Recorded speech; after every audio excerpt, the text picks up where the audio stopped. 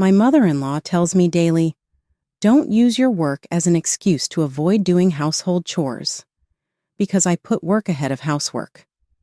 My husband told me, "This is my house, so you should leave." But he wasn't against me getting a divorce. In addition, my husband wouldn't say how he felt, even when I asked him again, "Are you really okay with this?" He did not answer my question in a good way. I thought I was helping my husband. I'm 35 years old, and my name is Emma Adams. I work for an IT company, and my husband Jamie and I will soon be having our first anniversary. Jamie is 3 years younger than me, and we met at work. We became friends and met that way. In the beginning, I wasn't interested in younger guys, but Jamie made an effort to date me, which made me like him. It didn't take us a year to get married, and I was thrilled to know how much he cared about me. Jamie asked us to start a new life in a brand new home in New York City after we got married. We both had to work, so we agreed to do the housework together. But Jamie had never even washed dishes because he had lived with his parents for a long time. To begin with, I taught him while we did chores together. But over time, Jamie quit doing any chores at all. Maybe because we were only dating for a short time, Jamie's bad traits started to show up one after another after we got married. We work for the same company, but not in the same area. It's pretty quiet in Jamie's area, and he gets home before I do. The last thing I asked Jamie to do before I got home was make dinner with store-bought ingredients. Instead, he leaves his clothes all over the place and is playing video games while lying on the couch. When I get home from work tired and see this scene, I just sigh. I say something, but Jamie just laughs it off, and nothing changes. Already I'm very worried about my future with Jamie as my husband. However, Jamie's mother, who is also my mother-in-law, gives me more trouble than Jamie does. At first, she didn't say anything, but when we registered our marriage, her real side came out. She loves Jamie very much and comes to our house whenever she has time. My husband's mother lives in the state next door, and I think it's hard for her to come visit. But Jamie is paying for her to get here. She comes over every weekend and complains about how I do housework. At least on the weekends, I want to take it easy, but my mother-in-law doesn't seem to understand the idea of care. "It's too bad for Jamie to have an older wife," is what she always says. His age difference with me is only 3 years, and I don't make a difference. In any case, it seems important to my mother-in-law to put me down. She also has complete faith in Jamie's abilities. While it's normal for a mom to be proud of her son, her over-attachment to Jamie is a bit strange. Another person I think is responsible is Jamie, since he often tells bigger stories than they are, maybe because he feels insecure. It doesn't bother him if it does. He always fights back by saying he wants to please his mother, so I can't say anything strong. Nevertheless, this has led my mother-in-law to think Jamie is even better.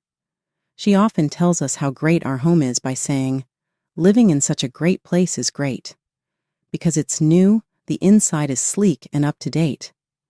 Yes, my friends are jealous, which makes me a little sad. Jamie adds, "My mother-in-law listens intently to this story, looks at me and sighs exaggeratedly, saying, 'Why did Jamie marry such a person?' She always tells me to be grateful for the good life Jamie has given me, and that Jamie could have wished for a younger and more attractive mate. Jamie only calms his mother down gently, and she seems to think of me as a weak old woman who needs Jamie. I haven't paid attention to what my mother-in-law said because I don't want to start a fight in our new marriage. However, Jamie has become more cocky over time, and working with his mother to be mean to me has made him even worse.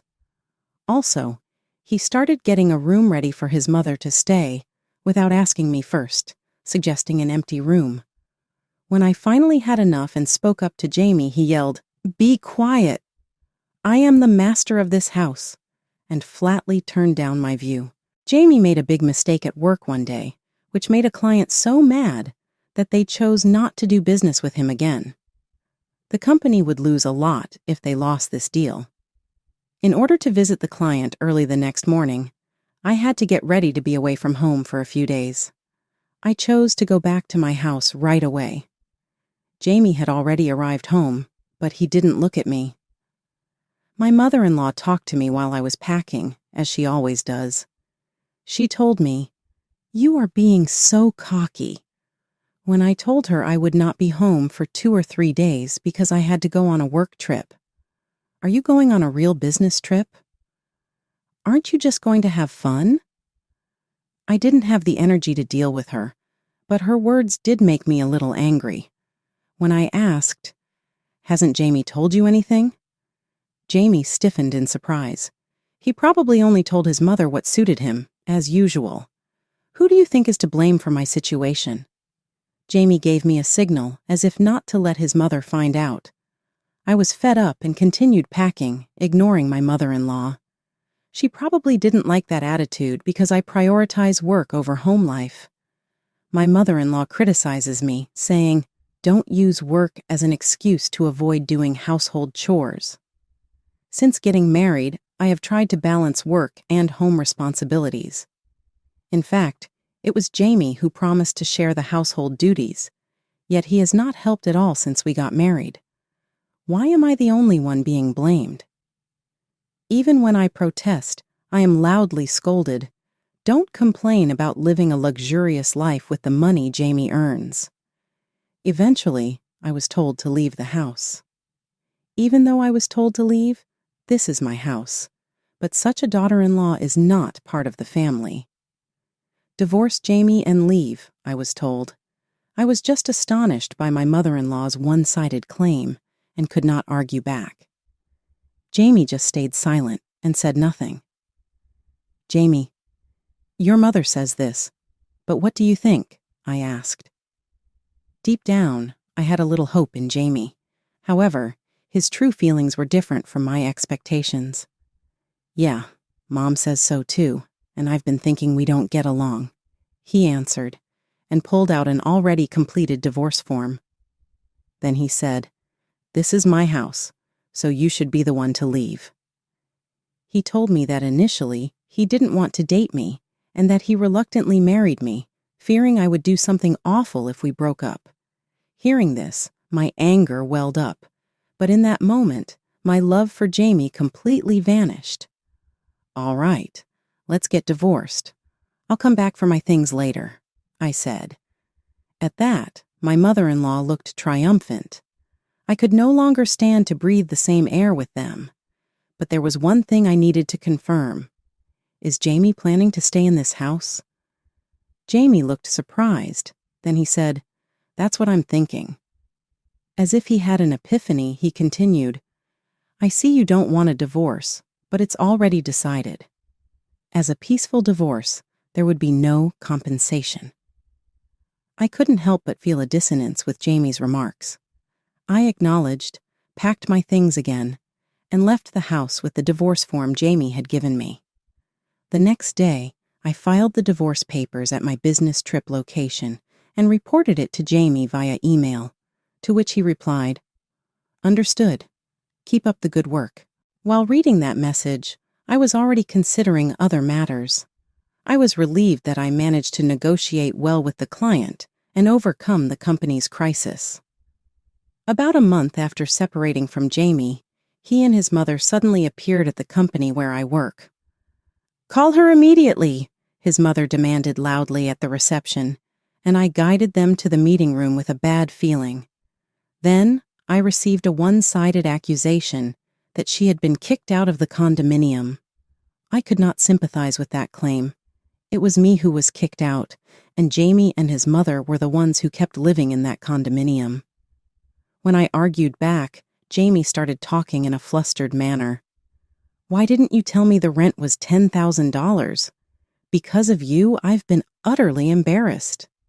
It seems that Jamie and his mother were questioned by the condominium's owner because they couldn't pay the rent. "I can't believe it. Didn't you even grasp how much the rent was?" I asked, and Jamie's face turned red. "I thought it would be about $1,000 a month to live there," he explained. Jamie had misunderstood that one could live in a luxury condominium in the city center for such a cheap price. How ignorant he was. It seems he hadn't even tried to do a little research, which would have made this clear immediately. Maybe he finally understood why he was so envied.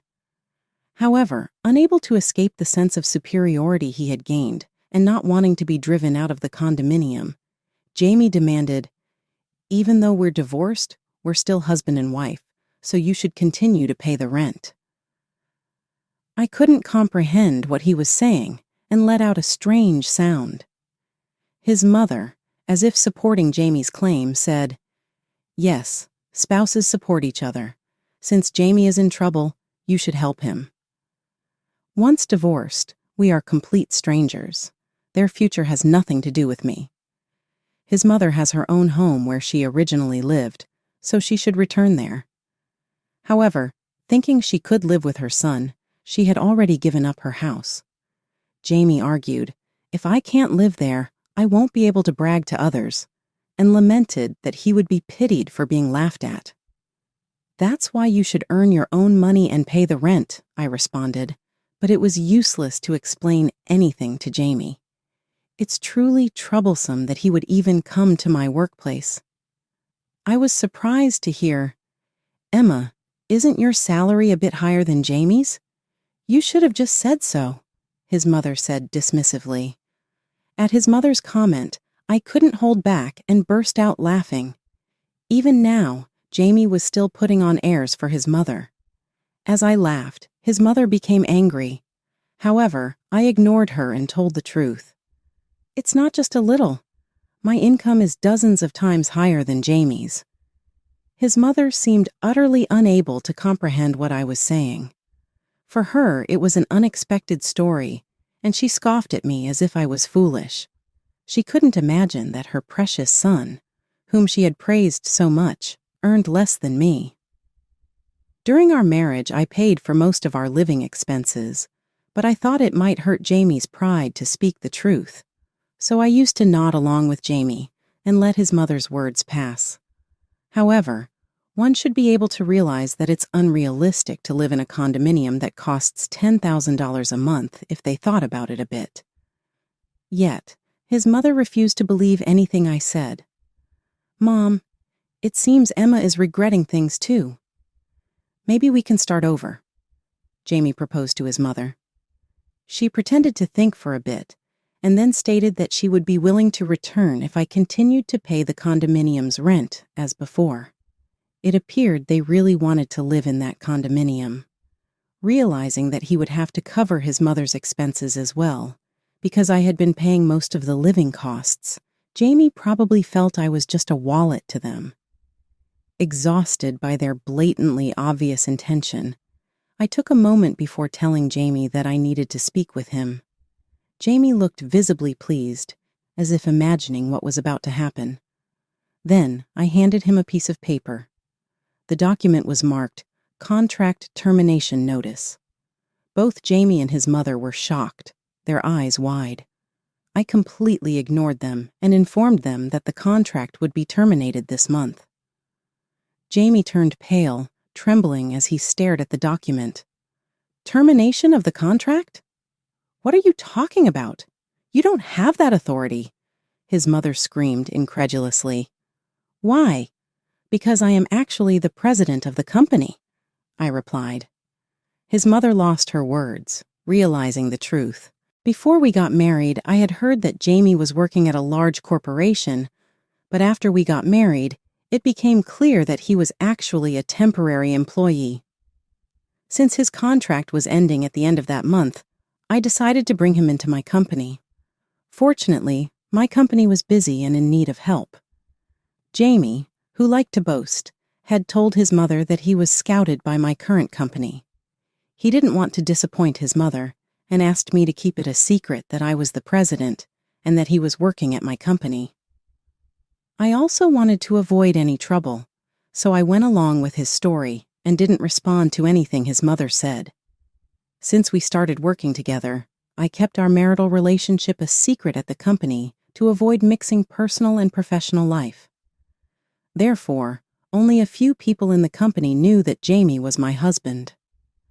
However, his work performance was poor, and I was constantly dealing with complaints from colleagues.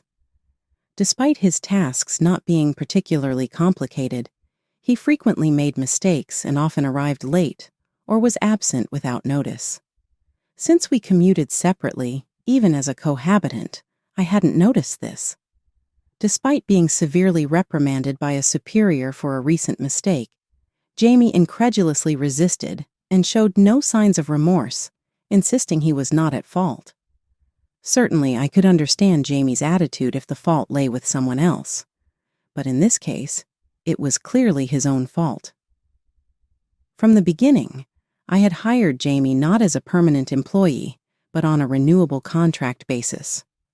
This policy was applied equally to all employees, and I could not make an exception just for Jamie. He had his grievances, but followed the company's policies. Now, as the time for contract renewal approached, it presented a perfect opportunity to terminate his contract. Upon learning this truth, his mother was shocked, and Jamie was sweating bullets, lost for words. His mother had accused me of being a liar, but when I showed her my business card, she finally acknowledged that I was indeed an entrepreneur. Thinking there was nothing more to discuss with them, I urged them to leave the room. "You are suitable as my daughter-in-law," his mother suddenly declared, straightening her back and looking me in the eye. I was taken aback and lost for words. When I questioned her, she said there was no objection to me being an excellent president and a spouse for her outstanding son. She revealed that her interference was meant to test my character and that she had accepted me from the beginning. I was completely dumbfounded by this sudden change in her attitude, and rather than feeling upset, I found it refreshing. Jamie agreed with his mother's opinion and tried to persuade me not to be so stubborn. He had interpreted my decision to terminate the contract as a way to get his attention. Moreover, while they wanted me to continue working, they started planning for Jamie to take over the household chores. I was completely astounded by the leap in their conversation. When I stated that I was not interested in repairing our relationship, his mother retorted, "What are you talking about?" "What's wrong with Jamie?" she retorted. Had she forgotten that Jamie had lost his job? Moreover, it was clear that being with Jamie would only lead to difficulties for me. The relationship with Jamie was nothing but a disadvantage, and I no longer felt any attraction toward him. I wondered how to make them understand. If I had to force them out, there was a risk they might cause trouble at the company again. While I was pondering, his mother interrupted, "Why do you need to think so much? I'm saying we will forgive you." Her statement was even more outrageous. As I sighed and argued back that I was not in a position to beg for forgiveness, Jamie furiously shouted, "Filing for divorce on your own is against the law." However, it was Jamie himself who had initiated the divorce, and it was done with mutual consent. His selfishness was astounding. "I'm fed up. I don't want to have anything to do with you anymore," I stated clearly. "Even if we become unhappy, you don't care?" they countered. "I don't," I affirmed. They then started breaking things in the room while calling me a demon. At that moment, a security guard, noticing the loud noise, rushed in, and they were expelled from the room. The situation had deteriorated significantly, and eventually, we had to call the police, who took them away for causing a disturbance. Since then, we have communicated only through lawyers, and I have not seen them since. After losing their jobs and home, they decided to move to the countryside to live with a distant relative. However, Jamie struggled to find a job, and the one he finally got involved mostly manual labor, which he found difficult. I received a call from his mother just once, asking for a division of property due to financial difficulties. But as my marriage to Jamie lasted less than a year, there was effectively no shared property to speak of. Even after explaining this, his mother did not understand and kept asking for help repeatedly. But I warned her that if there were any further nuisances, I would counterclaim for damages. After that, the contact ceased. Through these series of events, I have deeply reflected on my poor judgment in men. I must admit that I have always been drawn to inappropriate partners, yet I still harbored a glimmer of hope for Jamie. Perhaps he had been eyeing my financial status from the beginning, but I hadn't realized even that fact. I have decided to keep my distance from men for a while, and have chosen to adopt a cat in my new home.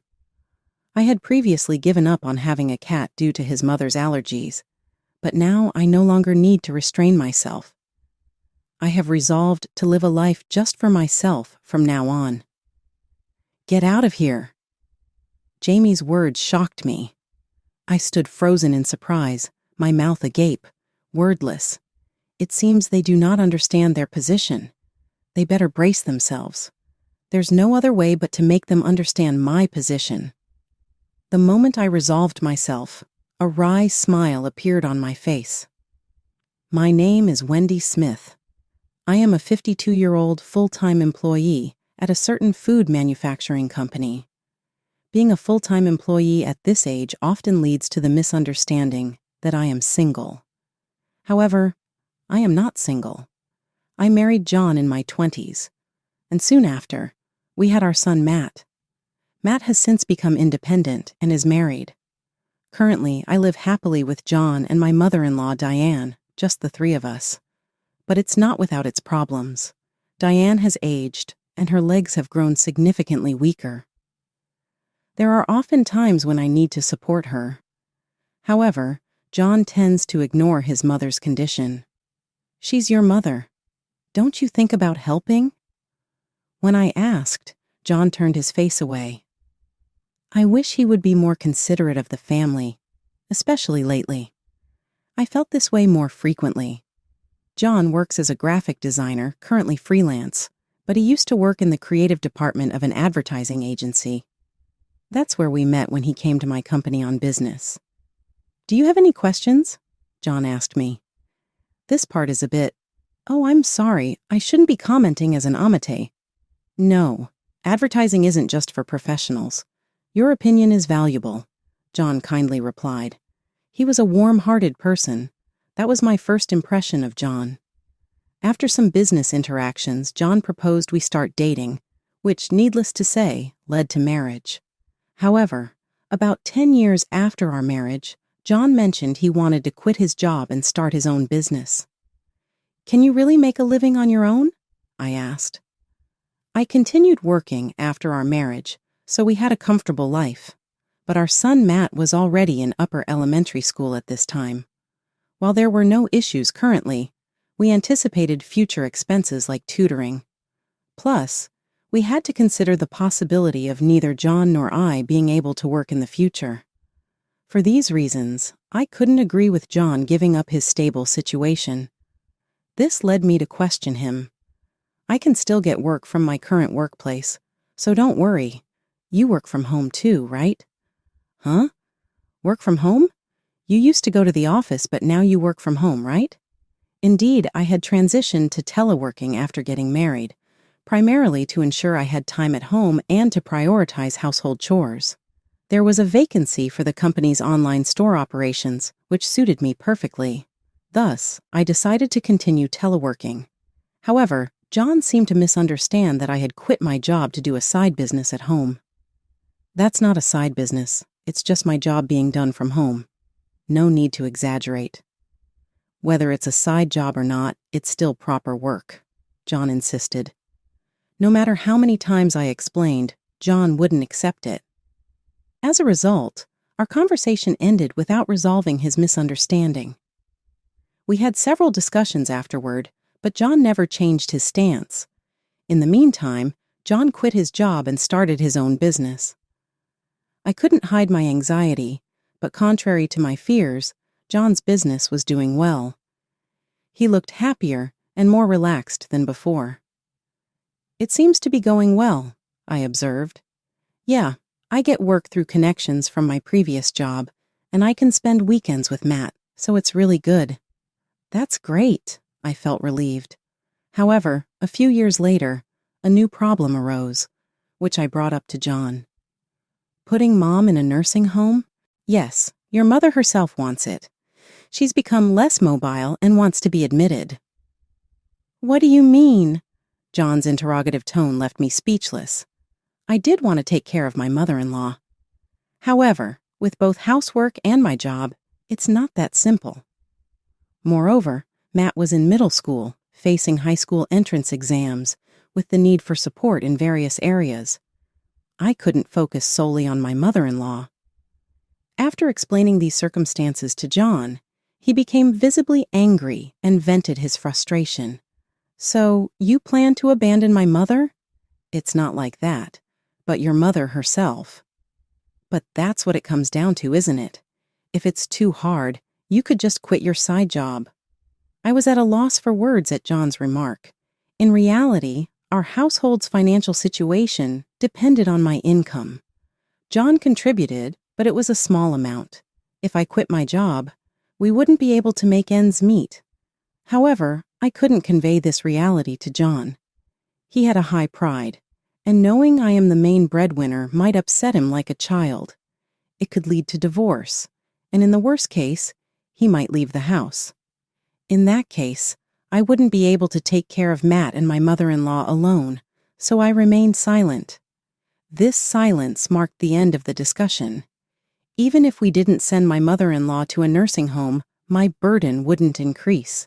Indeed, her mobility had declined, but she could still manage most of her daily life on her own, and there were few situations where she needed my help. If she could sit in a chair, she could even cook. Therefore, having my mother-in-law at home to help with household tasks was actually more helpful for me. As time went by, Matt graduated from high school and moved out for college. My burden was significantly reduced, and gradually I could pay more attention to my mother-in-law. One holiday we planned to go shopping at her request. I asked John to drive us. "Hey, could you drive us? I'm going shopping with your mother." "Sorry, I have work today," John said, dressed in a suit. But something felt off. "What's with the suit?" "Oh, this?" I got it new. "It was a bit expensive, but it's important to look the part as the owner," John explained. I understood his reasoning, but it had been quite some time since he started his business. It made me wonder. I recalled an internet article suggesting that sudden changes in attire could be a sign of infidelity. Yet there was no concrete evidence. Reluctantly, after seeing John off, I went out with my mother-in-law in a taxi but couldn't stop thinking about John all day. Was he really having an affair? Since then, I've had my doubts about John. I thought about confronting him directly when the opportunity arose. Days passed without him showing any suspicious behavior. Time simply flowed on. Eventually, Matt informed us of his employment and later his marriage. Despite this, I couldn't find any solid proof of John's infidelity.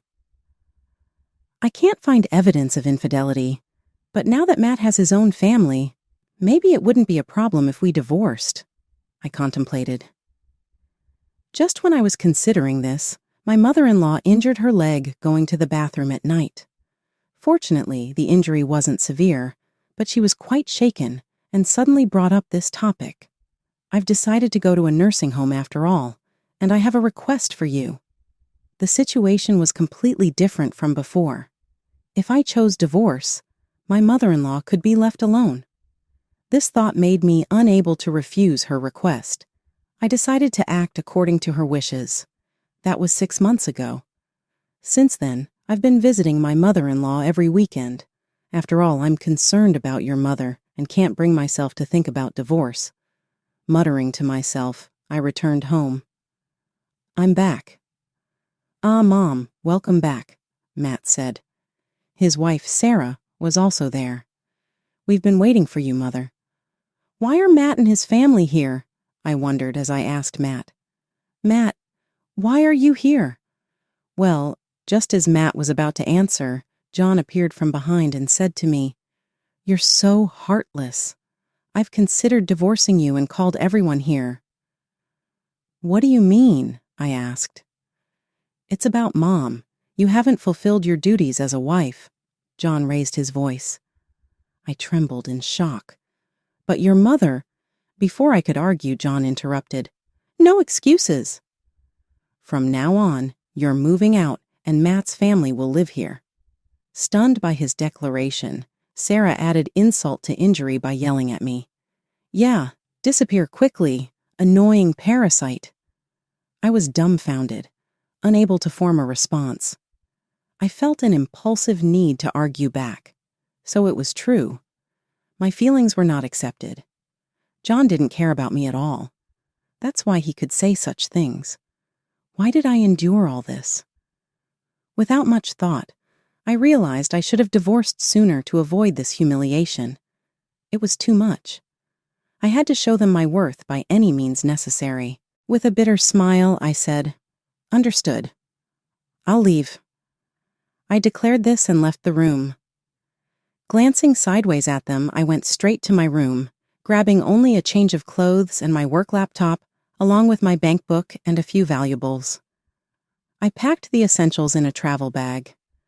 Are you really planning to divorce? Yes, I am, I replied, picking up my luggage. After a moment of contemplation, I proposed to John.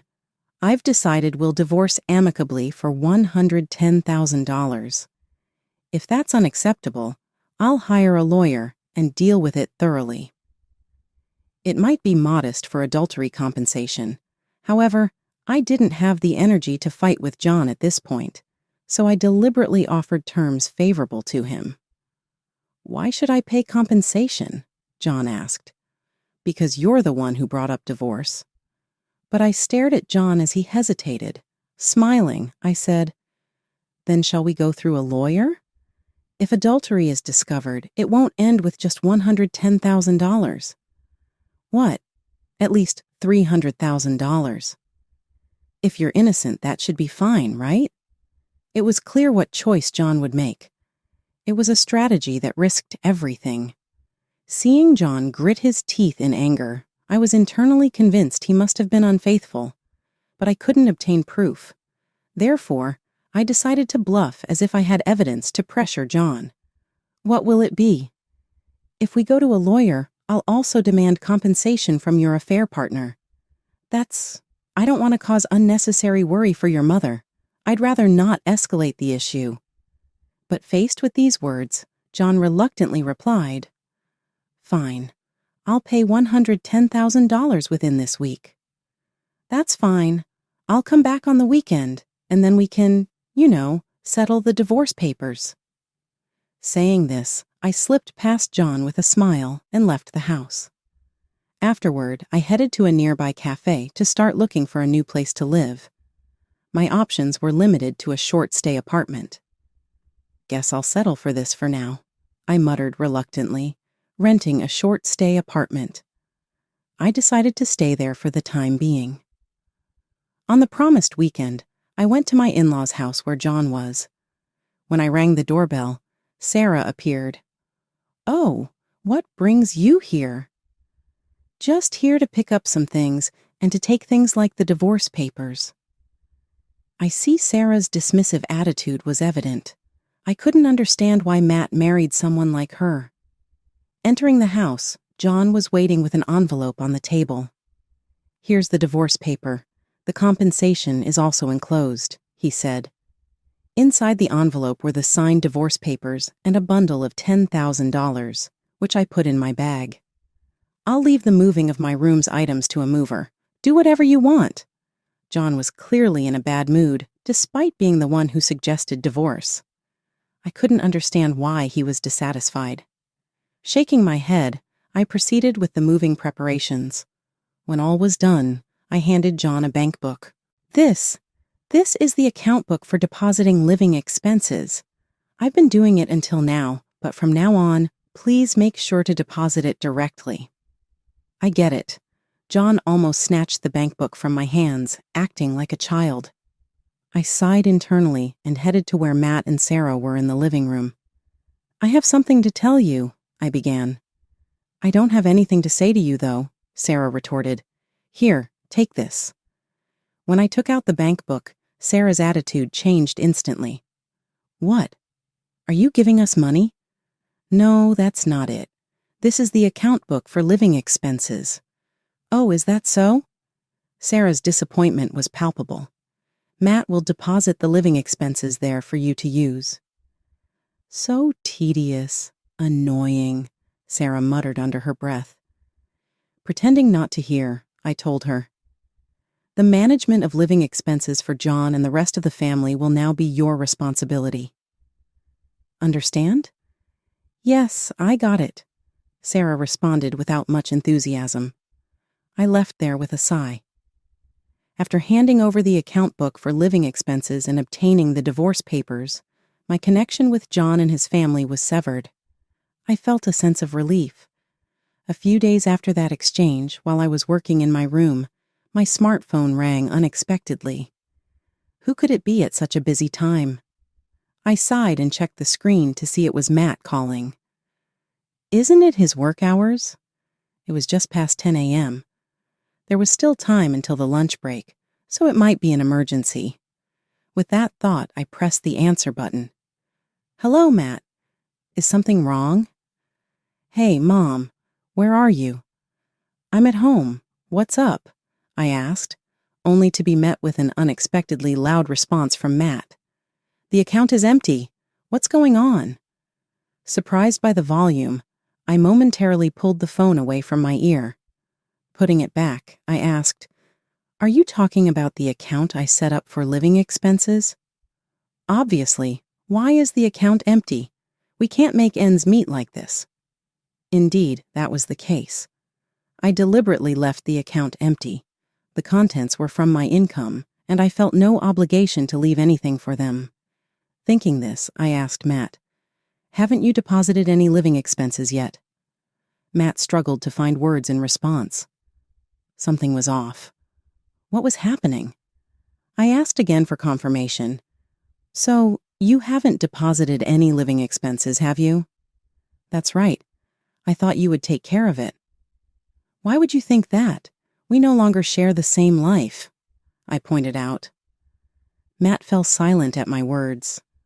I continued, "I should have made it clear to Sarah as well. You were supposed to deposit money for your own living expenses." "You did say that, but what's so difficult about contributing your earnings to the family?" At that moment, Matt whispered, "I got laid off." "What? Say that again?" "I lost my job. I have no salary." I raised my voice. "What? You got fired?" "That's right." The truth is, Matt started explaining why he had returned home. Matt spoke about the events that led to his return home. Just before it happened, he had made a significant mistake at work. Normally, a mere mistake wouldn't lead to dismissal. However, it seemed Matt tried to blame his subordinate for the failure. Revealing the mistake would mean losing a chance for promotion and facing a salary cut, a blow to his pride.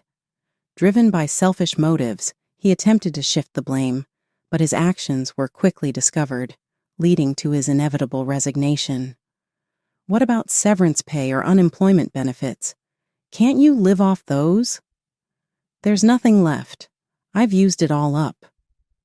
After losing his job, Matt had been dipping into his savings to scrape by. He mentioned that living on unemployment benefits made life easier than expected. He should have found a new job during that period, but Matt took no action, overconfident in his abilities, believing he could find a job any time. He spent his days playing around with Sarah instead. By the time he seriously started looking for a job, he was rejected everywhere. In this dire situation, John's offer to move in came. I was planning to live off Dad's money, but upon arriving, Dad firmly said he had no money. That's unfortunate. "Mom, could you just deposit this month's living expenses in the account?" Matt pleaded.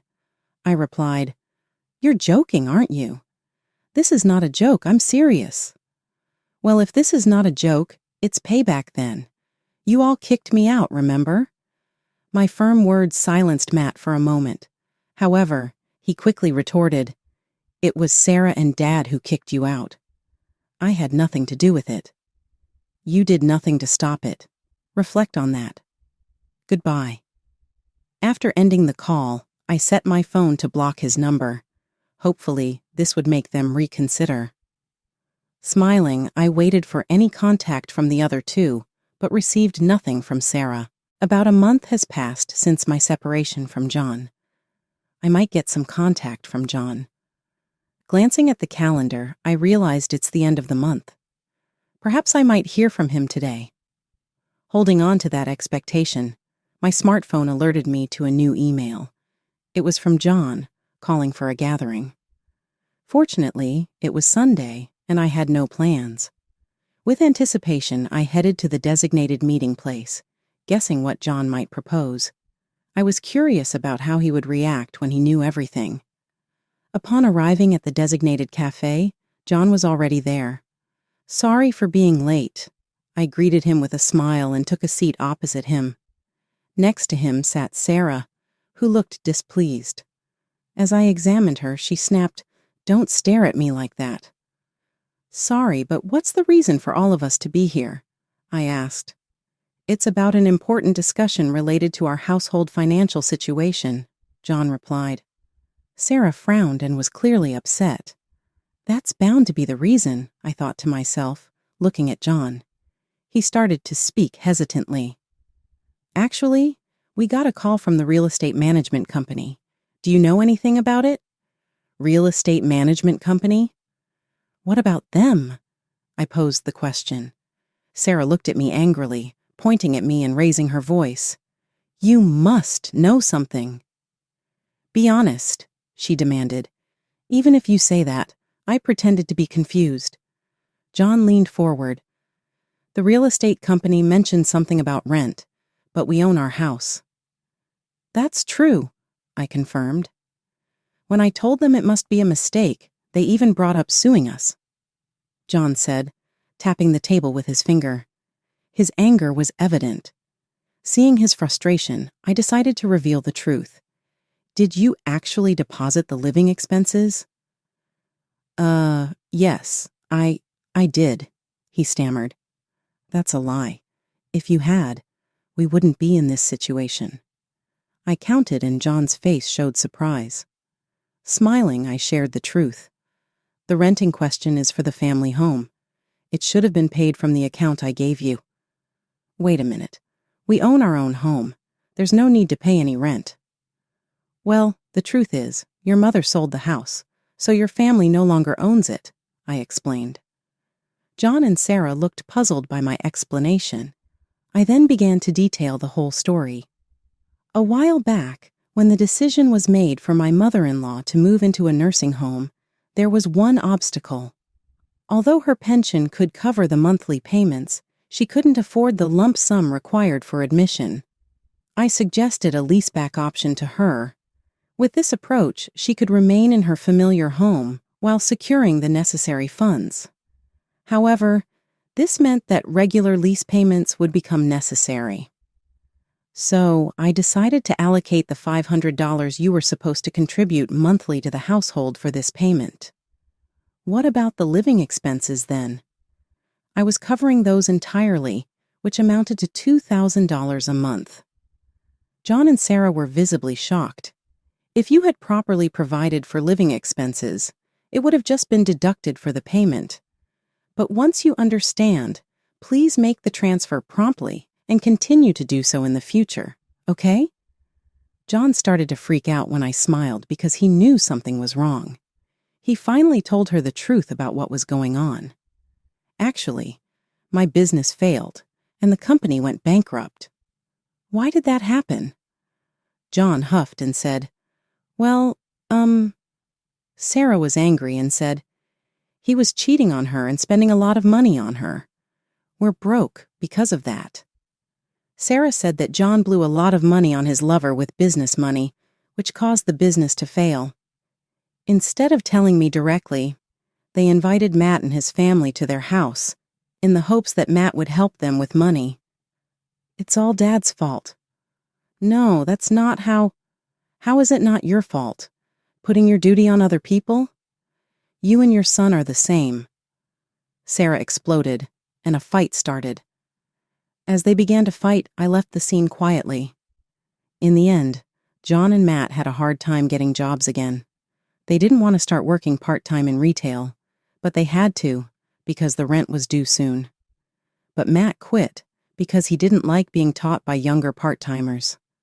John, who was in his 50s, stopped wanting to work because people made fun of him for his age. They borrowed money from sketchy lenders in the end and had to work on a fishing boat to pay it back. They are now said to be working on crab boats in the north. At the same time, Sarah gave up on them and went back to live with her folks for a while. But debt collectors also went there, so she's now working the night shifts. I'm happy living alone, visiting my mother-in-law in the nursing home every once in a while, and having a full life. My mother-in-law asks me about getting married again, but I'm not ready for that yet. But I'm interested in someone at the nursing home, and it looks like my wife's mom has noticed too. But for now, I just want to see how things go.